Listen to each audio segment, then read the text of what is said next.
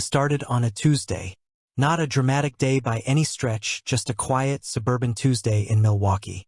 The kind of day where the mail is junk, dinner is leftovers, and you swear you'll finally clean the garage this weekend. The kind of day that vanishes into the folds of routine. And yet, that day now feels burned into my memory.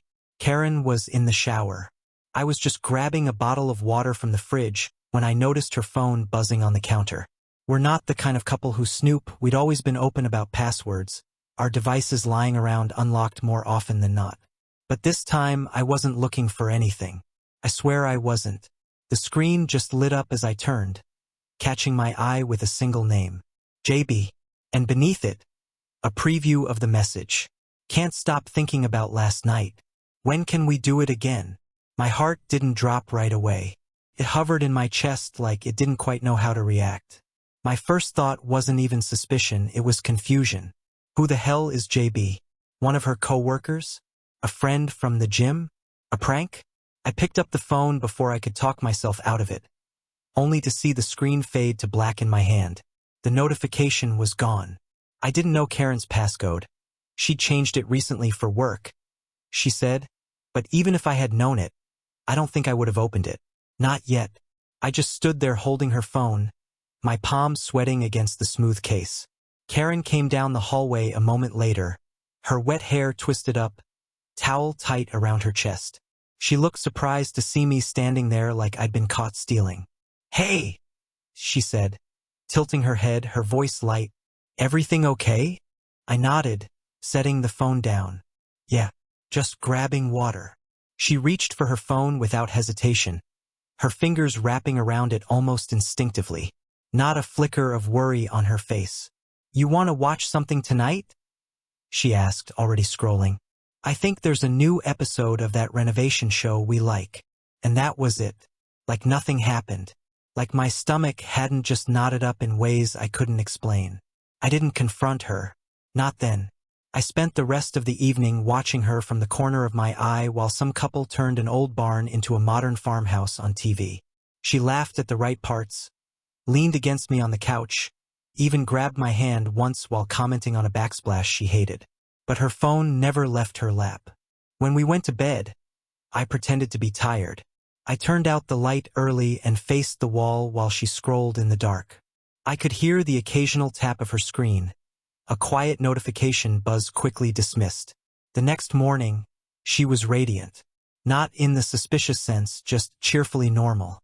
She poured orange juice, kissed my cheek like we were newlyweds again, and stuck a flyer on the fridge advertising a local family festival happening that weekend. "Thought we could take a walk down there Saturday," she said. "Maybe get some kettle corn?" I nodded, said it sounded fun. But in my chest, something had shifted. That flyer, that kiss, her smile, they all felt like props in a play she was staging just for me. I found myself staring at her a little longer than usual, trying to read her like a stranger I'd just met.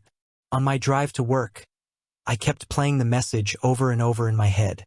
Can't stop thinking about last night. When can we do it again? There wasn't much ambiguity in those words. It wasn't a joke. It wasn't a work text. It wasn't a line you'd send to a friend. And the timing, her late gym sessions, the new phone passcode, how she kept her screen tilted just out of sight, was starting to make an awful kind of sense. That entire day at work, I was useless. My focus was sh*T, my thoughts hijacked. I stared blankly at emails, barely processed conversations, and flinched every time my phone buzzed, half expecting it to be something else, something worse. But it never was. When I got home, she was in the kitchen making a salad. I watched her toss arugula like she didn't have a secret burning a hole in her phone. "Good day at work?" she asked. "Yeah," I lied. "Same as always." She smiled. "That festival's got a petting zoo this year. Thought we could take Max, our dog." Max, a 15-pound dachshund with anxiety issues and a hatred for children. She hated taking him anywhere that wasn't the vet or the groomer. But now, suddenly, Max was going to the petting zoo? I nodded anyway, said it sounded great. We watched another show that night. She was affectionate, almost unusually so, resting her head on my shoulder, brushing my hand with her fingers, making these soft comments about us needing a vacation soon. At one point, she turned off her phone completely, said she wanted to just be present. But I couldn't stop watching her. Not the show. Not the dog sleeping by the door. Just her. I didn't sleep well that night. She did, peacefully, from the sound of her breathing. But I lay awake, staring at the ceiling, every shadow looking like a threat. I didn't have proof. Not yet. All I had was a message. A name. A sinking feeling I couldn't shake. I remembered our 10th anniversary last month. She got me a new watch, wrapped it in paper that looked way too expensive. She said she loved how much I paid attention to time.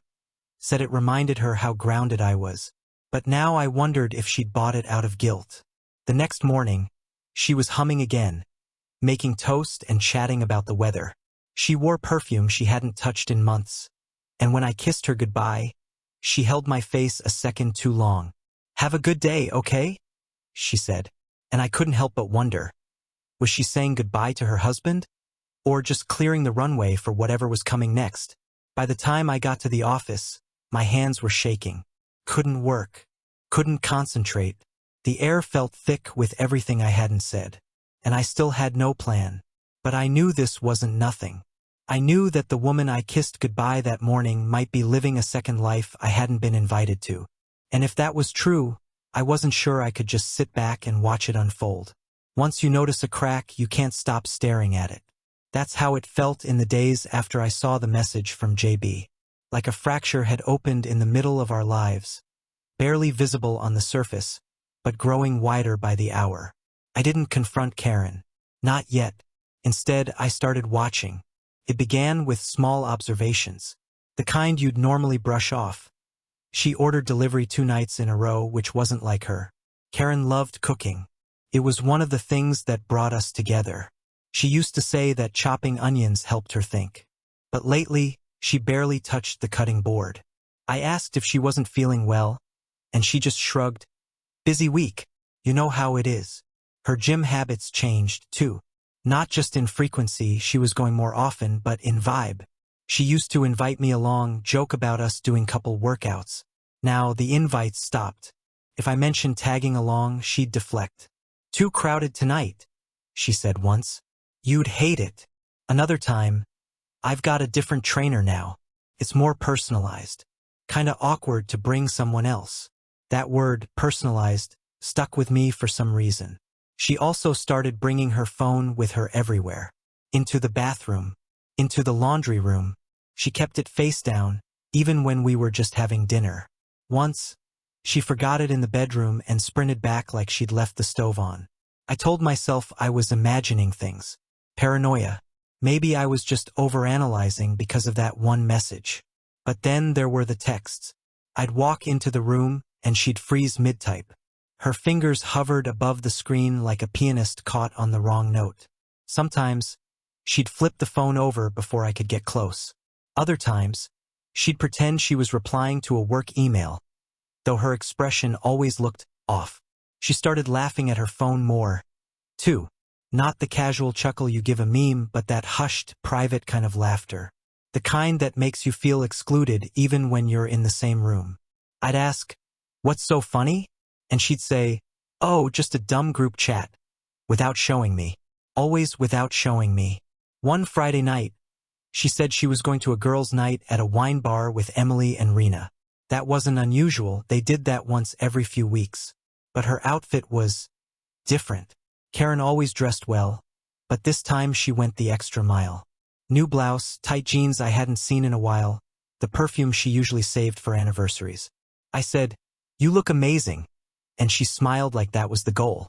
That night I stayed up, not out of spite or suspicion, at least that's what I told myself, but because I couldn't sleep. Around 10:30, I opened Instagram out of habit. Karen had posted a story, just a boomerang of a wine glass clinking against another. Harmless, right? But in the reflection behind the glass, just beyond the shimmer of low lighting, there was a silhouette. Broad shoulders, short-cropped hair.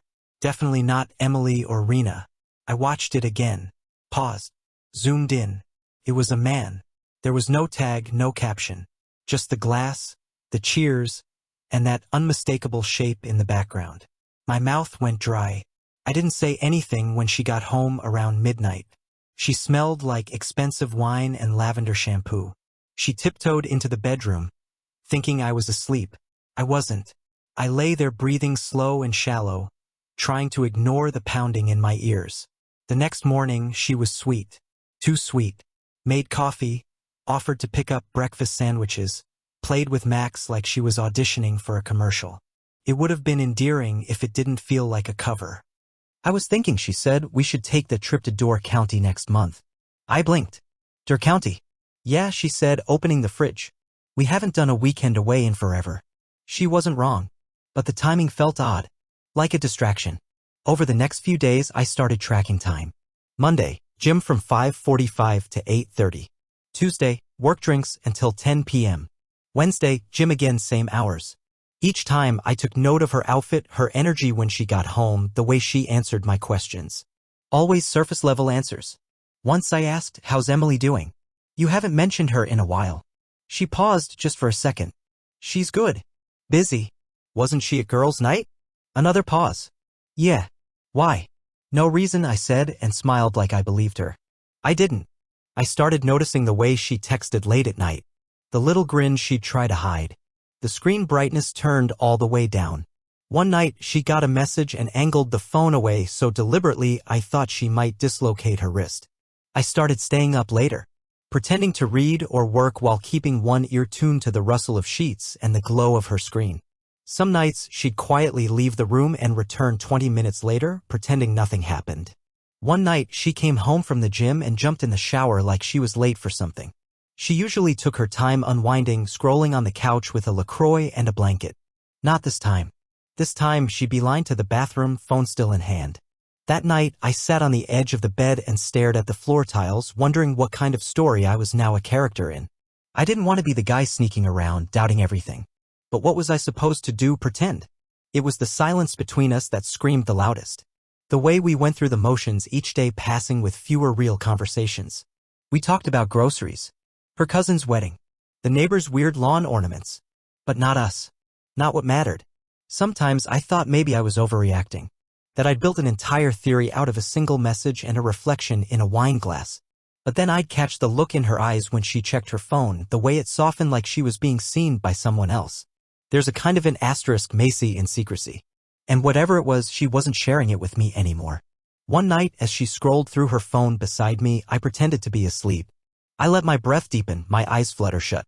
She waited a full minute before tilting the screen back toward her chest and opening a messaging app one didn't recognize. Not iMessage. Not Facebook. Something I couldn't identify. She smiled. Actually smiled. Then typed quickly, her fingers dancing like they'd done this 100 times. That's when I knew. I didn't know who JB was or how far things had gone. But I knew I wasn't crazy. There was a rhythm to her deception now, predictable, practiced. This wasn't a one-time lapse in judgment. It was a routine.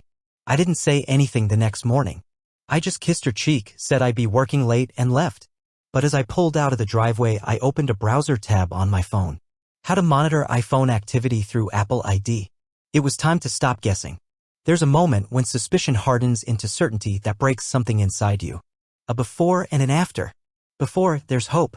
After, there's a quiet sort of devastation that doesn't scream, doesn't even cry. It just sits with you. Fills the space where trust used to live. It took me 4 days to get the monitoring software in place. I used an old iPad that we hadn't touched in months, one that was still logged in under her Apple ID. Years ago, we'd synced devices so we could share photos from vacations, grocery lists, calendars. It felt harmless at the time. Practical. But that iPad became my window into the life Karen had started building without me. I kept it in the garage, tucked in a drawer behind the old drill I never use. Every night after she went to bed, I'd plug it in and refresh. The first couple of nights, there was nothing new. Just a lot of selfies, food pics, workout snaps. Harmless stuff. I almost convinced myself I was wrong. That maybe it really was just my imagination spiraling. But then, on a Wednesday afternoon, while I was at work and pretending to care about a project I'd long since given up on, the photos started syncing.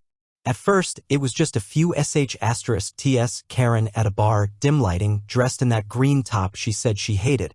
She wasn't alone. In the first image, she was sitting beside a man, his face turned away from the camera, his hand resting casually, too casually, on her knee. I tapped through, my thumb trembling. In the next photo, he was facing her. Smiling. She was leaning in, her hand resting on his. The kind of touch you recognize instantly if you've ever been in love. Or had it taken from you. The third image broke me. They were kissing. Not a casual peck, not a drunken slip. It was slow. An asterisk mate. Her eyes were closed. His hand cradled the back of her head. They looked like they belonged there, like this wasn't new. Behind them, barely visible, was a lamp with a curved bronze base and a navy blue shade. My heart stuttered when I saw it. I'd picked out that lamp. It used to sit in our living room. We gave it to Goodwill when we redecorated last year. I remember because Karen had insisted we get rid of it. Too bulky, she said. Doesn't match anything. But there it was. Which meant this wasn't a random bar. It was somewhere familiar. I pulled the photos into full screen and studied the background.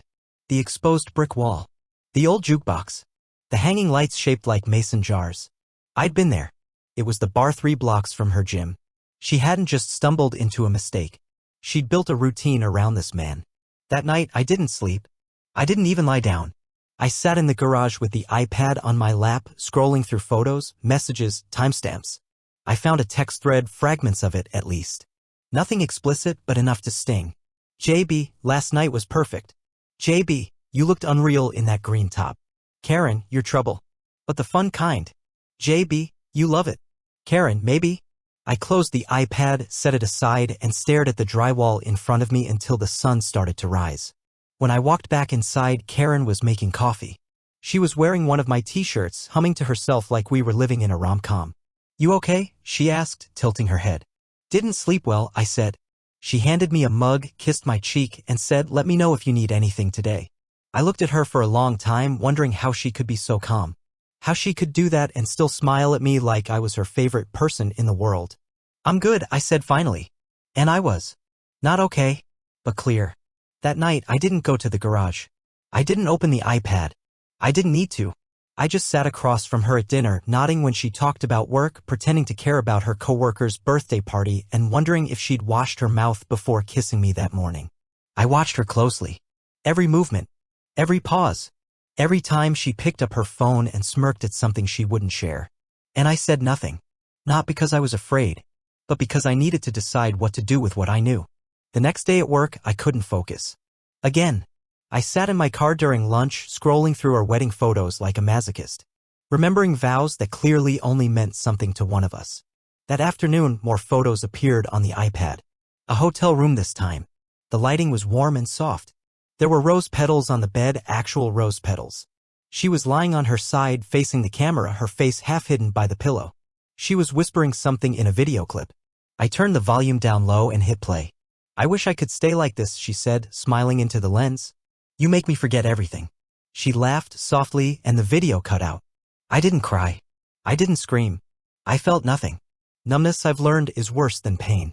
Pain is active. You feel it. You know you're alive. Numbness is absence. It's the cold void that comes after the damage is done. I sat in the garage that night and watched the clip 3 times. Then I deleted it. Not because I wanted to protect her, but because I couldn't let that version of her live in my head. The woman in that video wasn't the one I married.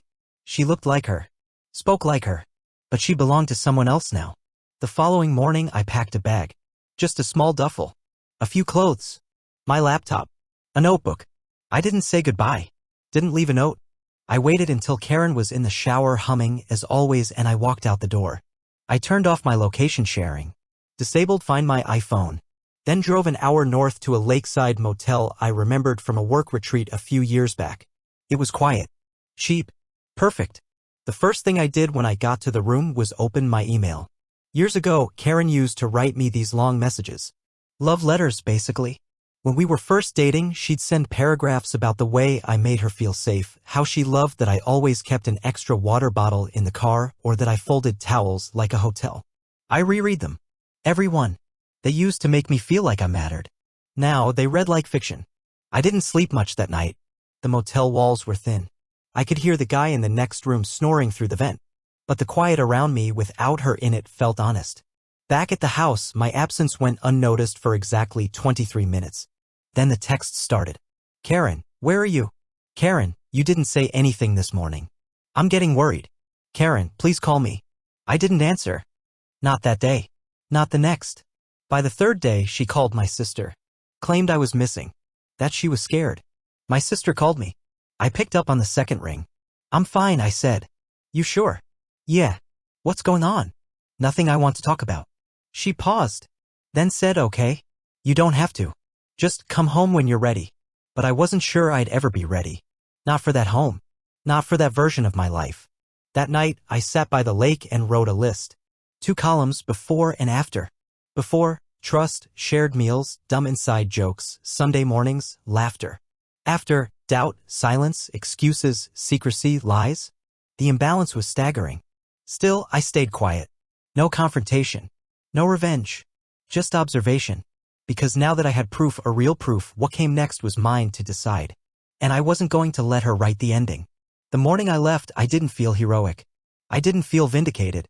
I felt empty. I'd been up since 4, lying in bed at that lakeside motel, watching the slow creep of dawn filter through the curtains. I packed the night before, there wasn't much to bring. A few changes of clothes, my laptop, the old iPad with the truth stored inside. Everything else could rot. I didn't text Karen. I didn't explain. What was there to say? Hey, sorry I disappeared, I just needed a few days to process your betrayal? That would have made her the center again. And I wasn't ready to give her that. I stopped at a gas station on the edge of town. The coffee was burnt. The cashier was bored. It felt weirdly comforting, normal in a way I hadn't felt in weeks. I sat in my car in the parking lot and scrolled through Karen's texts, not to answer, just to look. Karen, where are you? Karen, please? Just let me know you're okay. Karen, I called your work. They said you took personal time. What's going on? Karen, I don't know what I did, but please talk to me. I stared at that last one for a long time. I don't know what I did. What a sentence. That wasn't guilt. That was strategy. It was about resetting the narrative. If she didn't admit to anything, maybe I'd come back unsure of what I saw. Maybe the whole thing could be buried under a blanket of ambiguity. But I knew what I saw. I knew it in my bones. I drove aimlessly after that, no destination, just avoiding highways.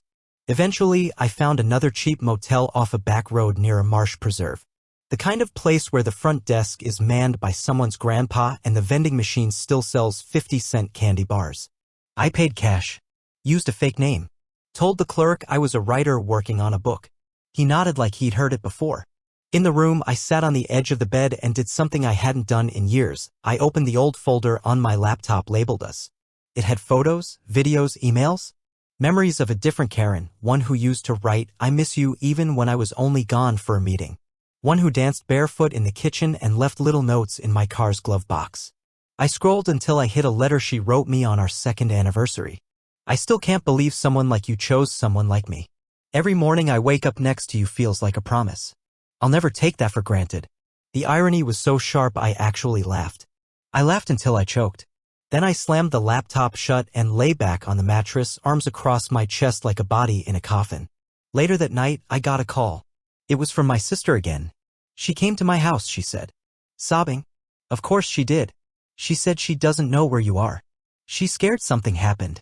Nothing happened, I said flatly. You should tell her that. I'm not ready to talk to her. There was a pause. Do you want me to lie? I want you to do whatever feels right to you. I'll tell her you're okay. That you're thinking. But Roy, she looked wrecked. Good, I almost said. But I didn't. Instead I said thanks. I hung up and turned off my phone for the night. The next morning I took a walk along the marsh. Birds I couldn't name darted through the reeds. The sky was gray.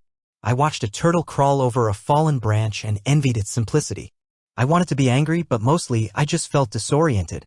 Like someone had rearranged all the furniture in my life and turned off the lights. At noon I got back in the car and drove not home, but closer. I stopped at a diner on the outskirts of Milwaukee. Karen had texted again. Karen, please? If you need space, I'll give it to you. Just let me know you're alive. Alive. That word rang in my ears. That's when I realized I hadn't felt alive in months. Not since I saw that message. Maybe not even before that. Maybe things had been dying long before I noticed the funeral. I ordered a grilled cheese I didn't want and stared at the waitress's chipped nail polish. I tried to imagine what Karen was doing in that moment. Crying? Pacing? Crafting the perfect apology? I didn't care. That night, I finally turned on my phone's location again. Not because I wanted Karen to know where I was, but because hiding started to feel like something she would do. I wasn't her. I wouldn't lie. I wouldn't sneak. I just wouldn't come home. At least not yet. Instead, I made a plan. I'd go back briefly, just long enough to grab essentials. Important documents. The rest of my clothes. Whatever I'd need to untangle my life from hers. But I'd do it on my terms. A week passed before I stepped back inside our house. Not home. That word didn't fit anymore. It had been peeled off like old wallpaper, leaving only walls that remembered who we used to be. I arrived midday when I knew Karen would be at work. I still had my key, she hadn't changed the locks. I wondered if she was holding on to some sliver of hope. That I'd walk back in like nothing happened, that we'd hug, cry, sweep it all under the rug. But I wasn't here to reconcile. I was here for extraction. The house smelled the same. Clean linen and that faint trace of lavender she always liked to spray near the windows. I stepped inside slowly, like I was trespassing in someone else's life. Max barked from the hallway, then came trotting around the corner. His tail wagged cautiously. "Hey, bud," I said, kneeling to pet him. "Miss me?" He whined, then leaned against my leg. I hugged him tight, then stood up and got to work. I started with the essentials: birth certificates, bank statements, tax documents. I knew where everything was. Karen had a system, color-coded folders in a drawer by the desk. I packed them methodically, not touching anything else. Then I moved to the bedroom. My closet side was mostly intact, a silent testament to her waiting.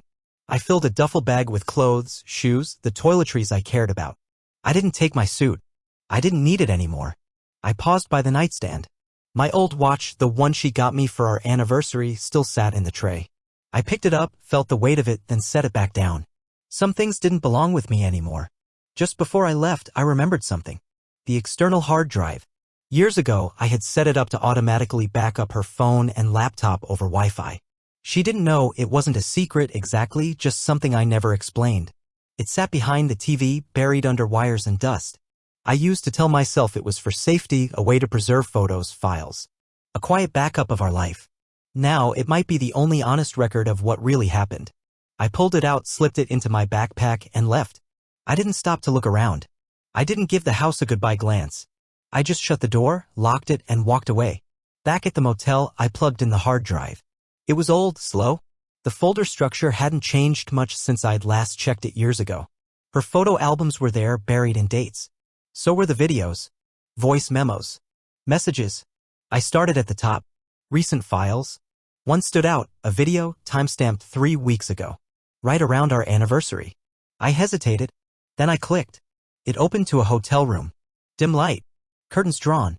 The same man from the earlier photos sat on the edge of the bed. JB, finally, a face to the name. Karen was behind the camera, giggling. The laugh I used to love. "You're gonna break the camera," she teased. He smiled. "I'm just trying to get you in frame." The video shifted. She set the phone down, the lens catching them both in profile. They talked quietly, like old lovers. Their voices soft. She rested her head on his shoulder. He kissed her temple. Then she said something I will never forget. "You make me feel like myself again." That was it. I paused the video. Sat back in the chair. Closed my eyes. That sentence unraveled me. It wasn't just the infidelity. It was the implication that I had turned her into someone she didn't want to be. That our life together was some mask she needed to remove. I closed the laptop. Left the room. Walked until my feet hurt.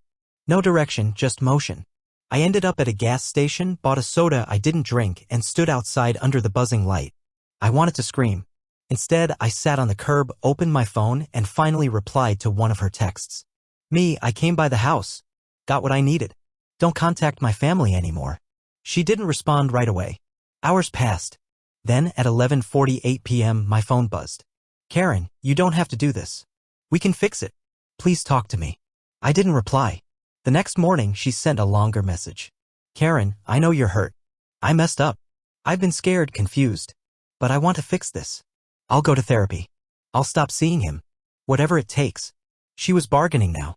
I didn't answer that one either. I wasn't interested in what she would do now that she was caught. I wanted to know why she hadn't done any of it before. That day, I opened the hard drive again. I went deeper. I found audio files, voice memos she must have recorded on walks or in the car. One was from late at night. She was whispering. "I hate how much I lie. But I can't stop. Not yet. I still need both of them. I know that sounds selfish. But with Roy I feel safe. With J, I feel alive. There it was again. Alive. That word kept coming back like a boomerang aimed at my gut.